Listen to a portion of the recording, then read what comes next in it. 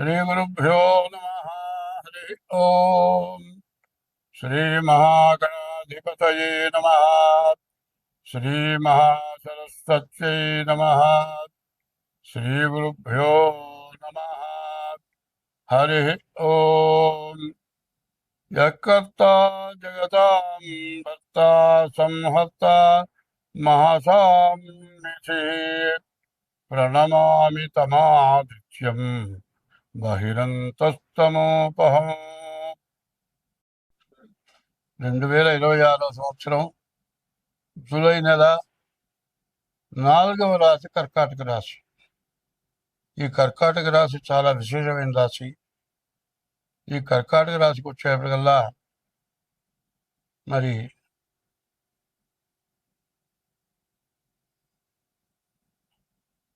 రాహు అష్టమంలో పడ్డాడు. ఈ రాహు ఒకడు తప్పితే గురువు బాగున్నాడు. ఇతనికి ఏకాదశంలో కుజుడు ఉన్నాడు. శుక్రుడు ద్వితీయంలో ఉన్నాడు. శుక్రుడు, గురువు, కుజుడు ఈ 3 గ్రహాలు కూడా బాగున్నాయి. అందులో కర్కాటక రాశి ఎప్పుడు పుణ్యం చేసిన రాశి తప్పితే పాపం చేసిన రాశి మాత్రం కాదు. కాబట్టి వీళ్ళకి కష్టాలు తక్కువగా ఉంటాయని చెప్పాలి. కష్టాలు అనేవి ఈ కర్కాటక రాశి వాళ్ళకి ఎటువంటి కష్టం కూడా లెక్క లేకుండా ముందుకు వెళ్ళిపోయేటువంటి భగవంతుడు స్థిమితమైన శక్తినిచ్చాడు. ఈ కర్కాటక రాశి అంత గొప్పది. అందువల్లనే పునర్వసు నక్షత్రం 4వ పాదం కర్కాటక రాశిలో రామచంద్రమూర్తి పుట్టినా, ఆయన చక్రవర్తి అయినా ఆయన పడ్డ బాధలు ఏ మానవుడు పడలేదు. అందులో కర్కాటక రాశికి చంద్రుడు అధిపతి. ఆ కర్కాటక రాశిలో గురువు ఉన్నాడు.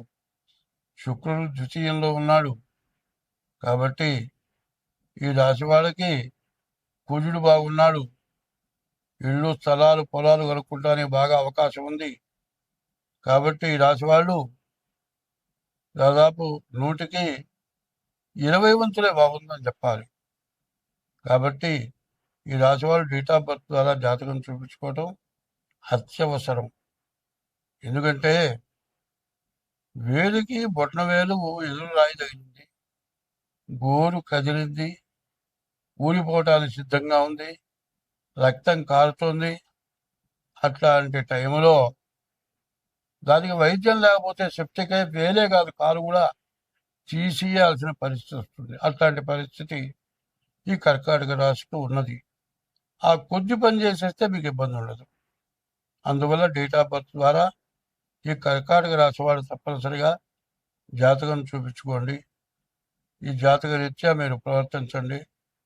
వివాహం చేసుకోవాలంటే ముందు ప్రతి వ్యక్తి కూడా మీ జాతకం సరిపోయిందా, వివాహానికి తగిన టైమేనా, ఆ కన్యకి నీకు సరిపోతుందా లేదా వివరాలు తెలుసుకొని ఈ సంవత్సరం ఏ రాశి వాళ్ళైనా జాగ్రత్త పడటం చాలా మంచిది.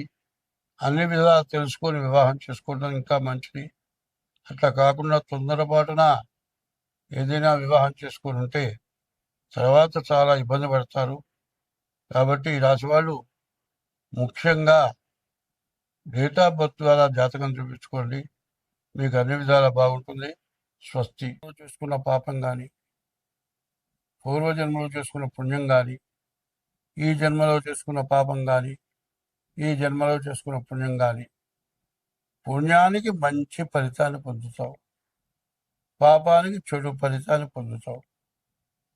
మంచి వల్ల వచ్చిన మంచి ఫలితం కోసం ఆనందపడి, చెడు ఫలితం కోసం దుఃఖపడి ఆత్మహత్యలు తీసుకోవటం, ప్రాణాలు తీసుకోవటం, ఇట్లాంటి వాళ్ళు చాలామంది చేస్తూ ఉన్నారు. ఇట్లాంటిది ఇది చాలా తప్పు. ఎప్పుడైతే ధర్మశాస్త్రం ఎట్లా చెప్పిందంటే, అదే కింద చూసి నడవరా అంటారు. వెళ్ళేవాడు పైన చూస్తాడు, నా అంత వాళ్ళు పైన అటు ఇటు చూస్తూ ఉంటాడు, కింద నేల మీద ఏముందో చూడరు. అట్లాగే బాగున్నప్పుడు అహంకారపడి ఎవరిని లెక్క చేయకుండా ఉండటం, తర్వాత కష్టం వచ్చినప్పుడు ఎవరితో మాట్లాడలేకపోవటం, ఎవరి సహాయం తీసుకోలేకపోవటం, ఇట్లాంటి సమస్యలు వస్తూ ఉంటాయి. మంచి వాళ్ళ లక్షణం ఎట్లా ఉంటుందంటే పెద్దవాళ్ళని గౌరవించడం, మంచి వాళ్ళతో మాట్లాడటం, ఎప్పుడు దేవాలయాలకు వెళ్ళటం, మంచి మాటలు చెప్తుంటే వినటం, మంచి అనేది తెలుసుకోవటం, చెడుకి ఎంత దూరంగా ఉండాలో తెలుసుకోవటం, కష్టం వచ్చినప్పుడు ఓర్పు వహించడం, ఇవన్నీ కూడా మంచి లక్షణాలు, మంచి వాళ్ళు చెప్పే మాటలు. కాబట్టి ఈ రాశి వాడికి కాలసర్పయోగం, కుజదోషం, మరి గురువు బాగాలేడు, కుజుడు బాగాలేడు, చాలా ఇబ్బందులు. శుక్రుడు బాగున్నాడు, శని బాగున్నాడు. వివాహం కావటానికి అవకాశం ఉంది, కానీ వివాహం చేసుకునేటప్పుడు మీ డేట్ ఆఫ్ బర్త్ ద్వారా జాతకం బాగుందా లేదా చూసుకొని పెళ్లి చేసుకోవడం చాలా అవసరం.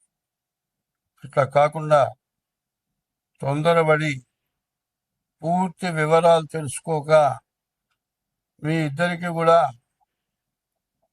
కుదురుతుందా కుదరదా, మీరిద్దరు చేసుకుంటే జీవితం సక్రమంగా గడుస్తుందా లేదా అనేది తెలుసుకోవాలి. షష్టాష్టకాలు అంటారు, కాలసర్ప దోషం అంటారు, కుజ దోషం అంటారు. ఇట్లాంటి దోషాల నుంచి బయటపడాలి అంటే మరి మీ జాతకం చూసుకోవాలి, మరి అవతల జాతకం కూడా చూడాలి. రెండు జాతకాలు చూచి మీకు సరిపడుతుందంటేనే వివాహం చేసుకోవాలి. అందంగా ఉన్నదే తొందరపడటం కాదు కావాల్సింది. అందం లేకపోయినా స్త్రీ చిత్తం పురుషుడు భాగ్యం అన్నారు. ఆడ మనిషి మంచి జ్ఞానం కలిగిందైతే, ఎంతో పుణ్యాత్మురాలైతే ఆ కుటుంబం ఎంతో బాగుపడుతుంది. బిడ్డ వచ్చిన వేళ గుడ్డు వచ్చిన వేళ అంటారు. ఒక ఆడపిల్ల వివాహం చేసుకొని మన ఇంటికి వస్తే ఆ కోడలు అడుగు పెట్టిన వేళ బాగా కలిసిస్తుంది. ఇదివరకు పల్లెటూళ్ళల్లో బరగొడ్డను కొనుక్కునేవాడు. ఒక గుడ్డు వస్తే నష్టం వస్తుంది, ఒక గుడ్డు వస్తే కలిసిస్తుంది. దాన్నే బిడ్డ వచ్చిన వేళ గొడ్డు వచ్చిన వేళ అంటారు. అటువంటివన్నీ కూడా తెలుసుకొని, ఇప్పుడు అందులో ఆడపిల్లలు చాలా తక్కువైనారు, మగపిల్లలు ఎక్కువైనారు. మగపిల్లలకు ఆడపిల్లలు దొరకటం లేదు. మరి తొందరపడి తెలుసుకోకుండా ఎట్లా పడితే అట్లా పెళ్లి చేసుకుంటే, పెళ్లి చేసుకున్న తర్వాత నెల తిరగకుండానే కోర్టులకు ఎక్కిన వాళ్ళు ఉన్నారు. పెళ్లి చేసుకున్న తర్వాత వెంటనే జైలు పాలు కావాల్సి వచ్చిన రోజులు కూడా ఉన్నాయి. ఇట్లాంటి ఇబ్బందులు చాలా పడుతున్నారు. ఎందుకంటే పెళ్లి అన్నాడుకు కాక ఇక పెళ్లి కాదేమో అనే ఆలోచనతో తొందరపడి పెళ్లి చేసుకొని జాతకాలు కలవక తర్వాత బాధలు పడుతున్నారు. కాబట్టి ఈ రాశి వాళ్ళు చాలా జాగ్రత్త పడాలి.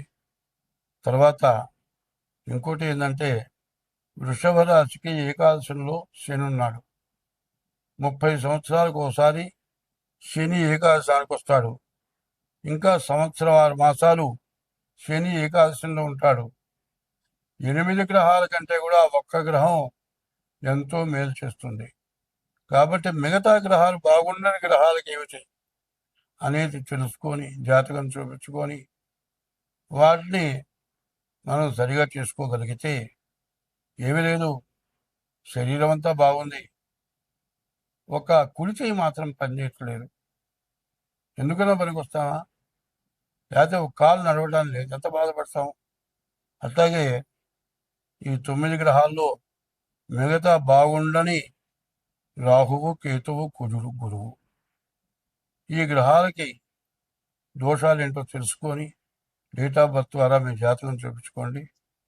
మీకు అన్ని విధాలా బాగుంటుంది. స్వస్తి.